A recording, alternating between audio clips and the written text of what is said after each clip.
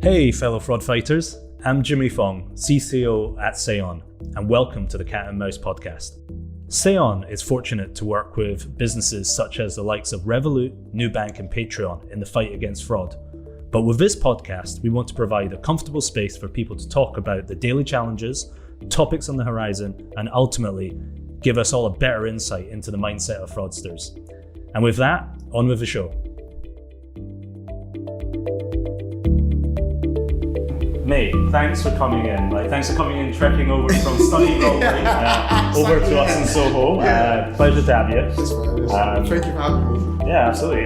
For the audience, Obi, presenter on Vice's The Rise of Money Launderers and on Snapchat and Insta, aired a few months ago, had some crazy reception on that. And I think what we'll use this as a bit of a, man, what did you learn from that experience? It was a lot. The main thing I've learned is a lot of people are interested in fraud. Like, even though it's a weird one, it's kind of like a monster you don't see, but like it affects everyone. And everyone's like interested in the topic, wants to know, how are people getting fooled by it and stuff like that. So it was a lot, just learning it, like the whole process behind it. Learned what a money mule was, which the whole documentary was about. But that's the best though. That's what you said just before we went live, right? Is you literally didn't know much about this topic, and it was you hosting it, but then learning as you go, and the audience sees that as well, right? Literally, I went into it completely blind.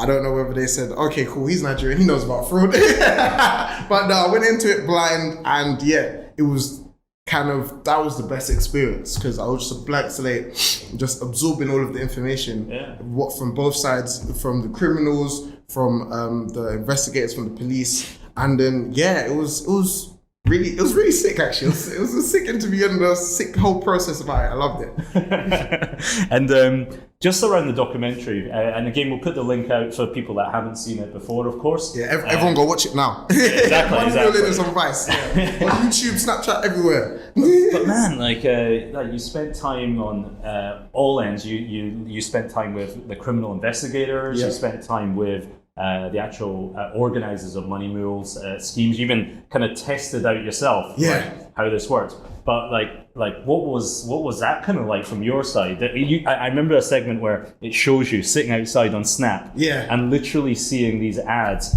and then putting, oh my God, a new account set up. Within X minutes you were already getting approached by these money mulers. Bro, what got me was the speed, like how instant it was. Like, so we made a fake account, made a fake Instagram, made a fake Snapchat account. And basically, we were just in the mindset of a young person in London, just trying to make, London, anywhere to be fair, just trying to make some money quickly. So we typed in quick cash, make money now, like make money fast, all of the synonyms about it.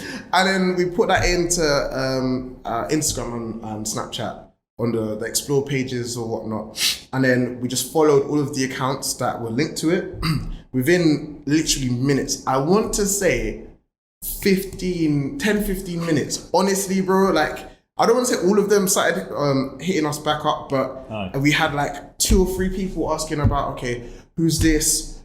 Are you serious about making money? Okay, cool. All I need is your picture of your ID. I need your address. I need national insurance number and all of that type of stuff. Like, which on paper, when you say it to just any normal person, it's like, that's a bit dodgy. What the hell? Why would I give them literally everything about myself? But you need to understand like the desperation of some people to then like see that as a viable option of making money and a safe option, risk-free. That word just kept getting used even by the criminals all the time. Oh no, bro, don't worry, it's risk-free, don't worry. But that's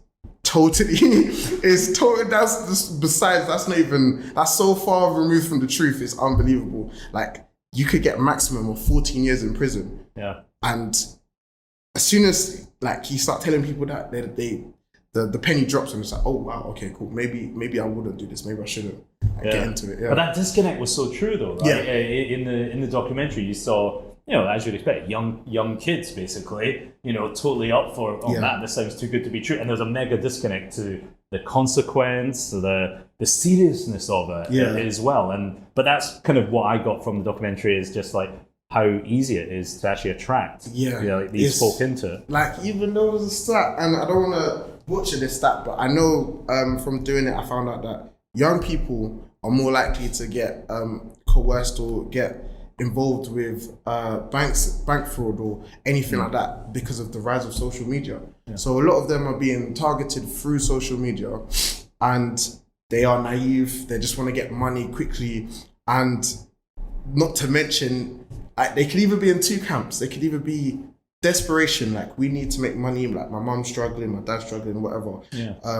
We've just come out of a pandemic, like I might have lost my job. Like, there's a lot of seriousness behind it. But then there's another camp of, I just want to flex. I just want as much money as possible to buy a Gucci belt, some designer trainers, to go to the clubs and start buying bottles and impress the girls, basically. So those are the two camps, and the naivety of it, on both sides, for them to fall into the trap of being a money mule or getting involved in bank fraud unknowingly is crazy. That image, I think it was at the opening scene where you've got a couple of the organizers kind of anonymized, and you're talking about the stacks, right? And you're trying to quantify, like, hey, how many stacks does it take to do a good job in an Insta photo, right? Man. 15 or something. Yeah, exactly. 15 stacks. Oh my God. Man, I got actual Instagram flexing advice from some fraudsters,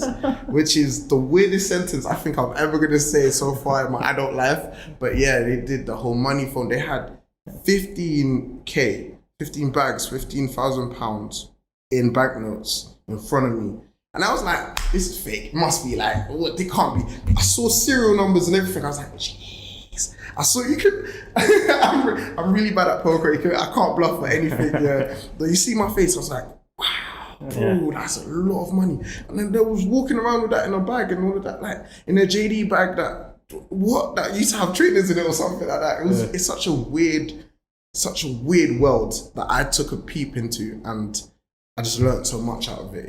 The bit that didn't show was like what the connection point is between these, organizers. And I remember the response was like super nonchalant from him. I think you kind of joked and went, I'm guessing this might have come from illegal proceeds. And the guy was like the most downbeat of, Exactly. Like, he was just like, maybe, or something. Yeah, there was just like, bro, it's so stupid.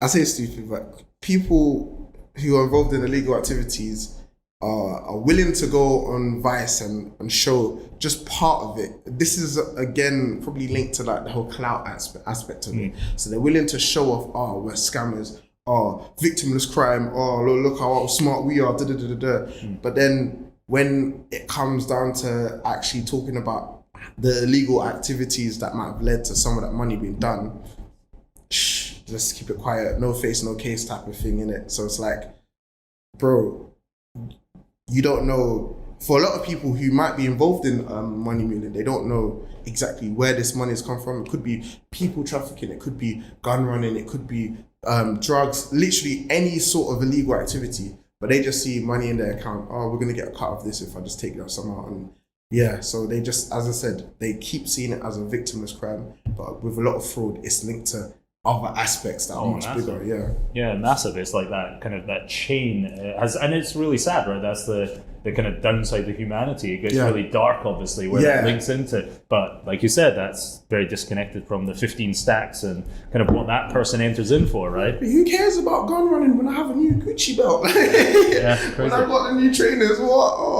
How many flipping drugs were sold? They don't want to hear that. They just want the materialism. They just want to flex. They just want to go out and pop bottles in a club, but they don't know the repercussion. They don't know the consequences or how that actually came to be. Yeah, and that's still going on now, right? Like literally right now, if you were to set up another Snap account from scratch, start following the right kind of things and start search terms, that would happen now. I'm curious to Obi, like from that experience, like any thoughts to, crikey, this is happening live, open, very out in the open on these social platforms. Like, What's your thoughts on like what can we do better as a as a responsible society? It's crazy because this, I would say, is kind of linked to a lot of pressures that are on social media and social media companies.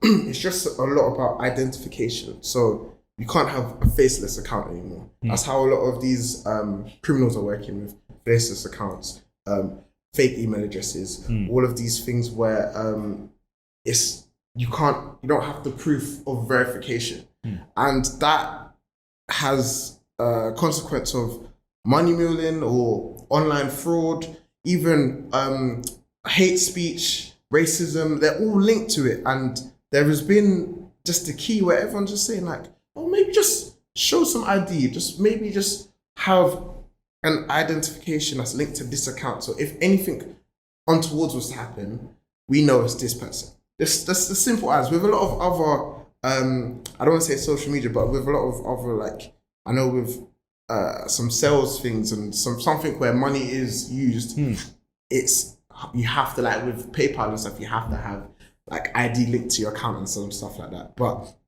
with social media, maybe it's because they want to reach a younger audience. Maybe they just want to get as many people on it as possible. It's a lot harder for them to do that. But that just seems to be the key, because as soon as you have a face linked to that account, everyone will start acting above board. Everyone will start just treating everyone else with respect, and like a lot of this illegal activity will just won't actually happen. So yeah, social media companies could be doing more, but then that's just more work for them to do. They don't care about that. We just want to sell ads. And that's even from speaking to Snapchat and Instagram. They was like, oh yeah, we're doing this to target. No, you're not. You're really not. Like, you could do a lot. You did a lot to target misinformation and stuff like that during the pandemic. Yeah. But if those keywords could be used for, let's say, fraud or certain keywords, trigger words for money muling, then you could have done the same thing. So even with racism, you could have done the same thing. So it's a weird one. I think until maybe the people start speaking out and then politicians start speaking out, that's when we're gonna actually start seeing a real change in it. Yeah, that's what that documentary was like crazy for me, is just how in the open it is. Like, this is not covert. Yeah. This is like you said, it's anybody can do it right now. Look up on Insta, Snap, and do the same thing, which is what's crazy. Yeah. I mean, all these guys have big moderation teams, clearly, right? That's what they do. But like you said, there's a massive disconnect. I think your point is, at the end of the day, they're private companies which have revenue. Yeah. And where do they, they've got to sell ads. And they do have moderation teams, but really those moderation teams is kind of like a token. Yeah, exactly. It's just versus that. Yeah. It's like a false type of.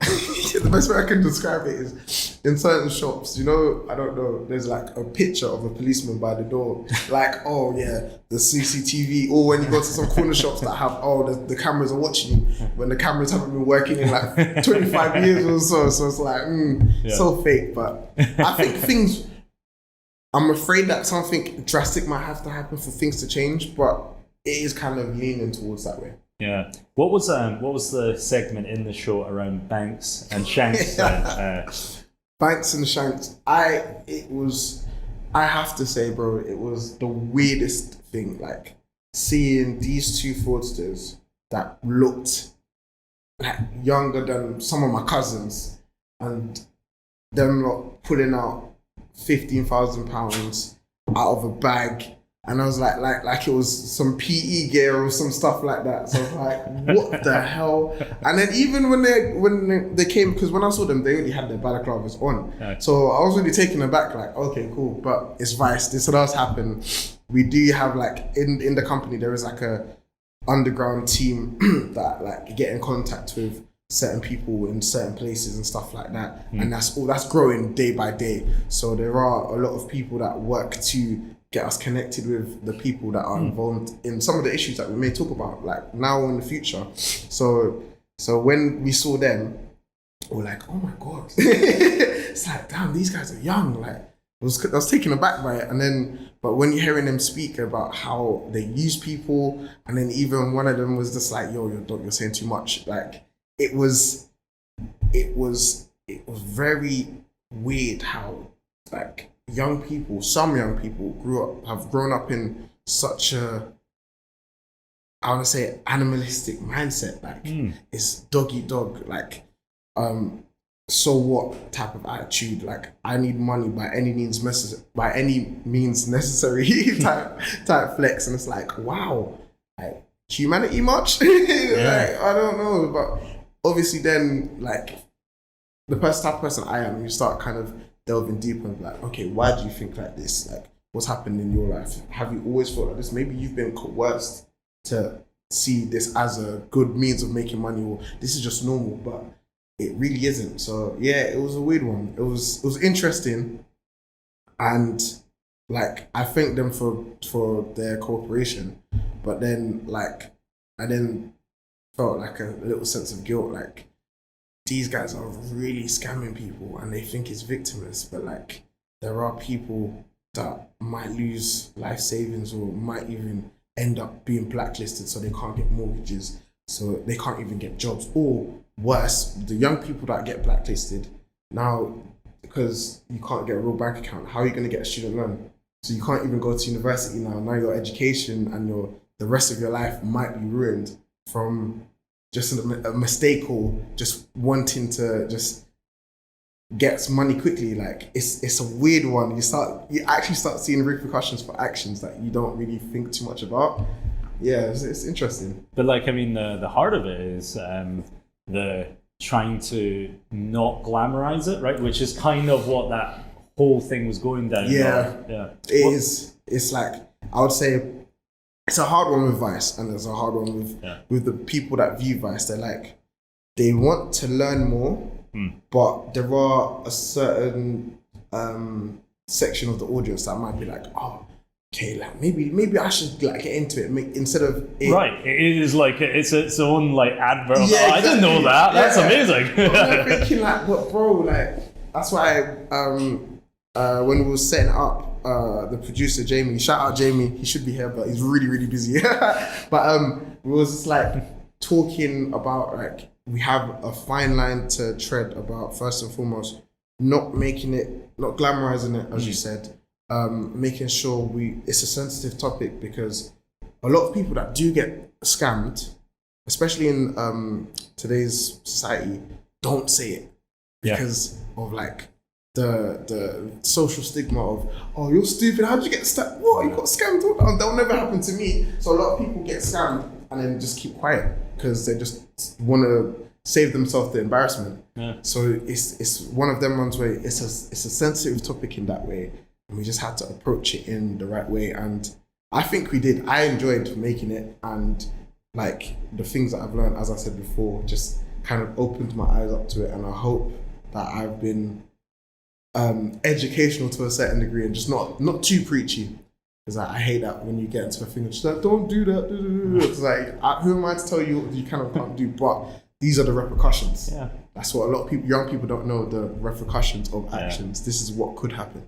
I think that was my takeaway from it, was just you calling out that these are the things that it impacts. I know it seems super cool and easy money, but like, are you thinking of it? Like you said, getting that student loan so you can go to university, things that are going to get cut off. That's crazy. So even, I think just calling out those things, I think, is where the net benefit of like that show is. But I get it, right? We're the same. It's kind of trying to borderline between entertainment, where people can consume it easier though, right? If it's done in a way that's genuinely interesting, and that borders right on entertainment, versus say not making it like glamorous at the same time. But I mean, back to the Banks and Shanks guys, those hooded guys at the beginning. So for them, like you mentioned, I think it was around maybe clout, maybe that's like a guess at why they would even come on Vice, right? They were going to be anonymized, but like, is it clout so they can share their buddies afterwards? Check this out. It's that clout is a hell of a drug right now. I think clout is the reason why a lot of stupid stuff gets done and then filmed and then posted online. Clout is very dangerous and very addictive. I think now in the social media age, people love, certain type of people, I can't judge everyone, but certain type of people love just to have as many eyes on them as possible.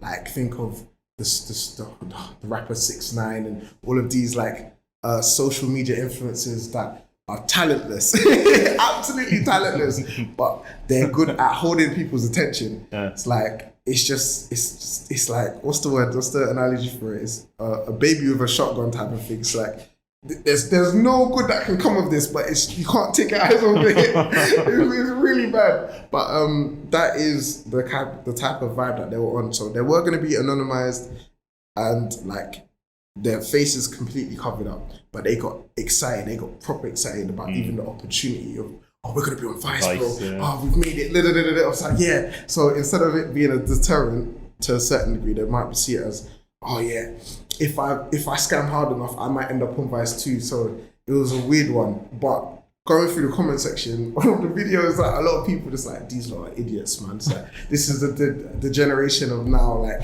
people can't even do they can't even do crimes in on the low anymore. They want to now be recording self-snitching and all of that. The funniest one is one of the comments was just like, oh yeah, the MI5 and FBI are watching this right now. I was like, wow, it is what it does, but that's a lot of this generation. A lot of the things that they say, a lot of the things that they post on social media sometimes gets used in court if they were ever to be charged and stuff like that. So it is very important to kind of highlight that aspect that clout is dangerous. Yeah. And that's exactly why these guys were self-snitching. And yeah, man, that's just weird, but that's like the day and age we live in now. Yeah. Did you get into the mechanics of what the cut was? So they get like, so as a mule, right? You get like a little cut. I'm curious, what was that little cut? So like, basically, when you do some money muling or anything where your account has been used or your identity has been used to set up an account, it depends. Obviously, it varies. Like one of the guys I spoke to, who was coerced by a family member to become a money mule, which is even wilder. Yeah, but his cut was 50-50, but that ended up going sour as well. So yeah, exactly. But the guy that came for Banks and Shanks, I think his cut was like 20% or something like that, 20 or 30%. But like it was easy enough, small enough for it to be like, okay, cool. Oh, I got this for doing nothing basically. Yeah. So yeah, when I do it again, oh no, let me do it as much as possible. Oh, let me open up 2 accounts this time. Let me just like you see it as, and I say this all the time. They say victimless. It's not victimless, and it's not risk free. But that's how they hook you in. It's like, oh, I did that, and I got flipping £50 from nothing. Okay, cool. Oh, next time it's gonna be 150. Oh, all right, cool. Let me just open up some more accounts. Let me bring some more people in, and then yeah. And did I remember correctly, Obi, that I think there was one example from someone saying they had managed to cycle through. It was a very modest sum. I think it was like $4,000 worth. And that was the person that they didn't get caught, but there was no ramification. But that was one of the lucky ones. Yeah, so was the comment. Yeah, so that's the one that went south. So when you watch it, yes, it's on YouTube, guys. Watch it. Money Mules Vice. But Raphael, one of the people we've spoken to, so the victims of it, he was coerced by a family member. Says, bro, if you do this, we're gonna put 4K in your account, and then literally just when you give the go ahead, we're gonna take out 2, and then you can keep the other 2. So it's like, oh, okay, cool. Literally, I was just thinking, oh, someone he trusts, family member. And it's something that's like, it's not that much. It's like, oh, okay, cool. What, 4K? Not going to be that bad. But so he opens the account, and then the people take 2K out in gold. So it's one of those ones where it's a transaction that's so far-fetched, so out of the ordinary, that the banks were like, yo, nah. Yeah, the most not sophisticated at all. Yeah. Not even anything like, oh, we're going to buy some trainers, or we're going to do this, or we're going to... No, 2K worth of gold. So as soon as that happened, it got frozen. The account got frozen. And then, luckily enough, he managed to convince the banks that it was... fraud, but not done by him. He had no part into it whatsoever on his account. But bearing in mind, his account was closed for 4 years. Yeah. It was literally closed for 4 years, and then after that, he got what's it called again? Like a voucher, or not voucher, a check for £25 as a sorry, I guess. So it's like, what was it really worth it? Like the £2,000 that should have been there is now gone. You got £25 out of it in the span of 4 years, and barred from that financial institution. Exactly, for 4 years. So it's like now, because of a stupid mistake, you're doing your business dealings out of a shoebox for 4 years. Was it really worth it, bro? Like, nah. So yeah, he was talking about it, like, and he didn't know the ramifications. He didn't know the consequences. He, like, if he knew back then, because obviously it happens a lot when you're young and naive and just trying to make money. Yeah. If he knew back then that he could possibly get 14 years of jail time, he was like, no, I wouldn't do that, fam. That's like close to manslaughter. That's a serious case. Like, I wouldn't even touch that with a barge pole type thing. So it's like, yeah, it's just hopefully like the documentary does, hopefully it's just teaching the young ones, like from someone like me, because I've seen it around me. I like the man them that I know, some people have done it and I didn't know, I just didn't know the name of it. We call it something else, but like, I seen it and I was like, oh, okay, cool.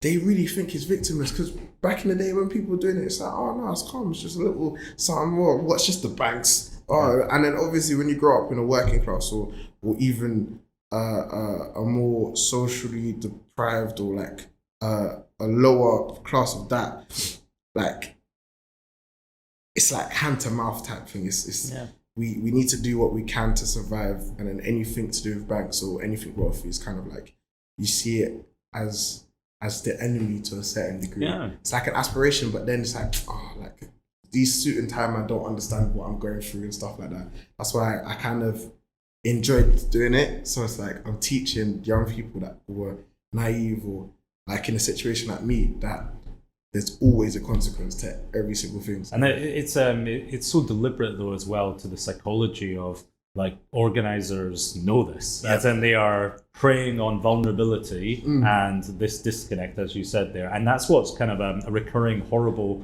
theme about fraud, right? Is it's not by luck or by happenstance, it's completely deliberate. It's like you said, it's a vulnerable category of society that it makes sense for them, and that's what's really sad. It's very deliberate. Actually, the other thing you brought up, actually, Obi, was really interesting. It's not, you said the words when you were growing up, kind of you were aware it was happening, but it's not what you called it, money muling. And that's another like recurring theme, is like a lot of these kind of fin crime terms, if you like, financial crime terms. It's only what we call it, the industry, right? It's not what the fraudster or the person like that lives it calls it. It's something else completely. And that's always a funny disconnect, is when we have all these industry terms, account takeover, money muling, and it's like, what the hell does that mean? So what is this? Like, huh? Can you remember what did you used to call it, man? When you said so basically, there's a there's a bunch of terms that we give to fraudulent activities run by, we call them F-boys or fraudsters or whatnot. So these ones was running an AC. So basically that is, I think that's like an account takeover, or that's basically when you get someone to open an account, literally just brand new account, and they give them the square, so their bank card, and then they do what they need to do with that. And then like literally at the end of the day, the criminals have no ties to that whatsoever, but they have the card. So there's that, there's running deets, there's just a bunch of, it's so funny, but like it's a bunch of stuff that we have in our vocabulary that we just grow up with, and then we don't see it as like, oh, okay, there's an actual victim, there's someone that's gonna pay at the butt end of this. So it's like, okay, cool, now it's just, who squares that? Oh yeah, this woman, And then, like you said, it's a lot of vulnerable people, because a lot of fraud, like a lot of crime, is just people being used, completely being used. Like, there was like talking to the guy at the NECC, was talking about, what was it called again? Like honeypot crime. So it's one of them. So it's like a love scam, and that happens a lot when they prey on the vulnerable, lonely people, like older women or men or something, promising them like a relationship, building a relationship, learning about their lives and stuff like that. Like they actually care, saying, oh, and then giving them a sob story of, oh, my daughter's sick, she needs to go to the hospital, can you please send over some money? And usually like these love affairs happen like via like in a different country. So it's harder for them to then track the criminals because they've like, I don't know, Western Union the money to a place, and now as soon as they have it, it's gone. So you can't claim it back. It's harder for them to say, oh, I've been scammed, where like you've done so many things in that aspect for them to be like, you should have known. Like it's as I said, it's like super sad, right? That's really tragic. People getting embarrassed about it, and it happens, but they just prey on vulnerabilities and stuff like that. So it is wild. Even as I said, the young people, they're preying on the vulnerability of your naivety, like of the fact that you want to make money and you don't care about how it is or stuff like that. So I'll be changing the angle slightly. I know last year you also you were on the stage of FFE, right? So Fincon 21 last year. What was that experience like for you? Like, bro, my days. All right. It's such a wild one. Yeah. Even okay, so doing the documentary, I went into it blind. I learned so much about it, and then I came out of it somewhat expert. I knew a lot about it. Then talking at the FFE conference, I felt weirdly, okay, I don't say weirdly out of place, but I felt out of place because like I came in cargo pants and Jordans and stuff like that. No, not even Jordans, Air Forces, and then everyone else was in suits, all smart cash. I obviously didn't get the dress code memo, but it was fun. It was actually fun because like, that's cool. The type of person I am, I'm very open. I love to chat to people and stuff like that. So I was just learning more and more about it, and they enjoyed me being there because I think you kind of alluded to this earlier. So it's like a lot of fin crime will involve young people, but they don't have young people working or giving information like in the during the investigation and stuff like that, and actually like trying to detect it. So they said it was really good that they saw like the other side. So then some people already saw the documentary before I spoke, and then they had questions about it, and then they were just like, oh yeah, this is just like a breath of fresh air. Like it was a change of pace because I'm like a presenter and a comedian. I talk like I don't have like a real structure, so it wasn't a PowerPoint. So this is what happened, guys. I'm just literally just explaining how it was, and then they just said they loved it to hear like an honest opinion about the work that they're doing, and even to see if it's effective, and whether, because I got a lot of people asking me about, oh, have you heard of this scheme with the bank and this scheme with that? I was like, honestly, it doesn't get like enough advertising. I don't know any of this. And there's a million different scams, right? That's the thing. Like, so many. There's so many scams. There's so many like even organizations and educational like schemes that help you learn more about money, saving, fintech, everything. Even the term fintech, I was like, okay, I think I've heard this before, But it was really cool, man, That's awesome. That's awesome to hear. It reminds me of that bit, and we were talking about it before we went live again, is that contrast in the documentary, and it's so good because it goes to the investigator, right? Yeah. And it's the young guy, really, really smart, in a suit, versus kind of like the rest of exactly. Where you were spending your time. Yeah, you just see me in a hat, and it was like, bro, what? With face tattoos and stuff like that. Just like, yo, what is going on? The contrast is hilarious, but it is kind of like a depiction or display of how things are in the outside world. It is exactly that. It's like the professional fraud fighter who spends all day like in the office, and like you said at FFE, like the kind of the financial crime experts are here, right? This is the big room of them, and then you've got the fraudsters who, like you said, they don't call out any of this stuff. They just but they're that's what they're doing like, day in day out. I think a highlight disconnect. I'm promising you, like I'm gonna say this, a highlight of my life was explaining the term square to some financial investigators and stuff like that. It's like, oh, that's what Square means. Okay, cool. I'm just saying this is Roadman for bank card and stuff like that. It literally killed me, but like it was honestly what was needed, basically, just bridging the gap between the people that do the crime and then the people that are fighting the crime, right? And just anything to make the prevention methods more effective. I'm just down for it. Yeah. This has been an awesome chat. Oh, bro, it's been amazing. like amazing for you to come in. And we always ask our guests, Obi, on the show. Our podcast is named the Cat and Mouse Podcast. Yeah. And I'm always curious for you as a guest in the world of financial fraud fighter versus say fraudster. Who do you reckon's the cat in that scenario, and who's the mouse in your opinion? That is a tough. Wow. Oh, you're trying to. Okay, cool. That's a very good question. I would honestly, and I feel bad for saying it here, exactly when you have such a cool logo and everything. But honestly, I feel like at the moment, I'd say the fraudsters are the cats, because I don't know, it just seems like they're always evolving and ever changing, and they're always kind of having. Actually, no, I'll take that back. They're the mouse, definitely the mouse, because they're sneaky and they're always evolving, always somewhat one step ahead, even though they are like, they have the smaller setup. They don't have as much money or as much power as like the financial investigators or the fraud fighters, but yet they sometimes more often than, well, I don't say more often than not, but sometimes get away with it. So it's a lot of sneaky business going on there. Yeah, but bro, so one day the cat's always gonna catch them. So it's a game of chance at the moment, and then with a lot of help and with a lot of discourse and communication, that's gonna change, and the mouse will be no more. R.I.P. What was his name? Jerry. But yeah, that's how I see it.